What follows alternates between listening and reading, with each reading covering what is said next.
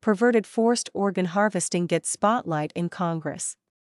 Washington, as U.S. and China delegations convene in Beijing, a bipartisan panel of lawmakers is casting a spotlight on the regime's forced organ harvesting, saying it's past time to put the abuse to an end.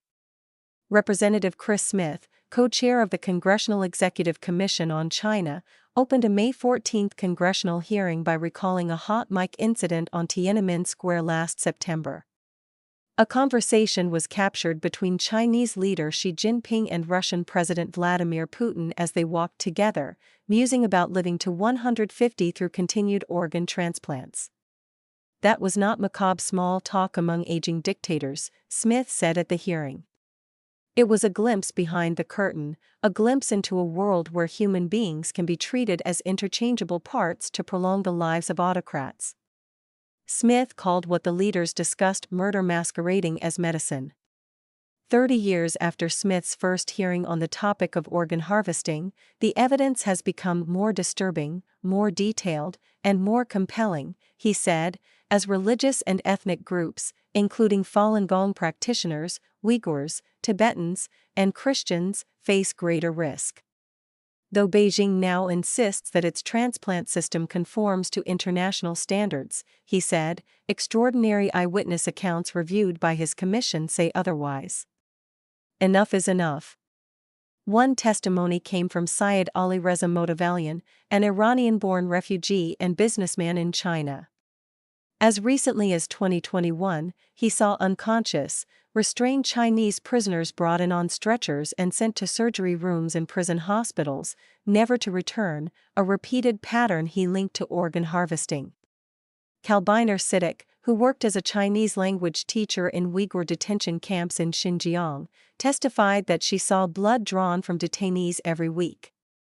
The detainees were then given injections of unidentified substances and small white pills that the Chinese nurses described as nutrition supplements, she said. Healthy men disappeared. Siddiq said the special police officer and driver who escorted her said the authorities had converted a local detoxification center into an organ extraction hospital. They said, "Right now in our country, the halal organ trade is booming," she said via a translator. Halal organs are reportedly taken from Muslim ethnic minorities and marketed to wealthy Muslims. These are Nazi-like atrocities that are being committed in 2026. It's getting worse, Smith told the Epoch Times. The American public, we all need to mobilize and say, enough is enough. This has got to stop. Concerns of forced organ harvesting targeting prisoners of conscience first emerged in 2006. Whistleblowers told the Epoch Times they'd witnessed the killing of Falun Gong practitioners for their organs in underground facilities. Under international pressure, the Chinese regime announced it would transition to having a voluntary organ donation system. But a 2019 study published in the scientific journal BMC Medical Ethics, having analyzed the country's organ donation data, found it too neat to be true. These figures don't appear to be real data from real donations.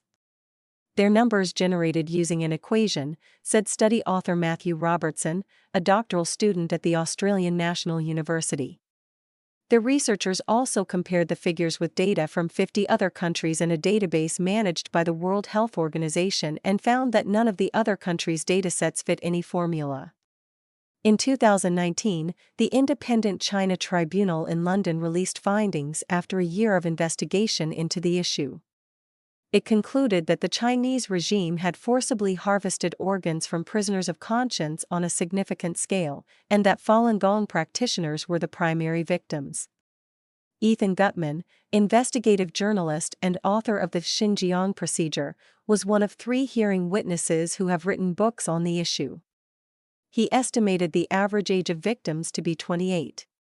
Smith said he finds that difficult to comprehend. These are young people with great futures.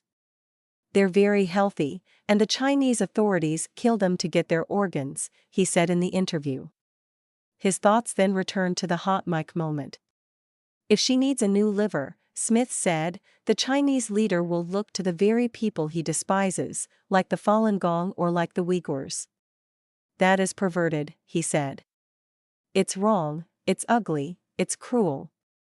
Extractable body parts. Last May, the House passed two bills, the Falun Gong Protection Act and Smith's Stop Forced Organ Harvesting Act, aiming to impose sanctions on forced organ harvesting perpetrators. Both now await further movement in the Senate. Representative James Walkinshaw, coming out of the hearing, said he hopes the Senate will take action. Beijing is using forced organ harvesting as a tool of repression in their repression toolbox, and it's really important for the United States not to let those kinds of human rights issues slip off of the agenda, he told the Epoch Times. The issue should be near the top of the U.S. policy agenda on China, he said. We have important issues to discuss with China, around trade, around technology, around security, all of those things are important, he said. But if we don't have a robust global human rights framework that can protect the freedoms, the religious freedoms, the political freedoms of every person on the planet, then all those other conversations aren't very meaningful, are they? Representative Dale Strong similarly said the issue needs to be brought to the forefront. Illegal harvesting of body parts shouldn't be occurring in any country, he told the Epoch Times. We're exposing some things here that need to be exposed, should have been exposed a long time ago. Epoch Times senior editor Jan Jekielek, whose book Killed to Order recently made the New York Times bestseller list, said the lesson from decades of investigating organ harvesting is that the regime is capable of anything at others' expense. As the United States, built on a foundational belief and the God-given right of every individual, celebrates its 250th anniversary, the Chinese Communist Party rejects this truth at its core, he said at the hearing.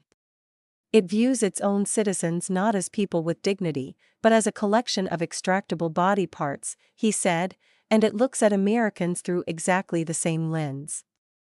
Among the volumes of corroborating information on the subject, one source he cited was a 2022 medical study in the American Journal of Transplantation, which identified dozens of Chinese-language papers on organ transplants where doctors appeared to have taken the organs without confirming the person's brain death, an indication that the individuals were killed.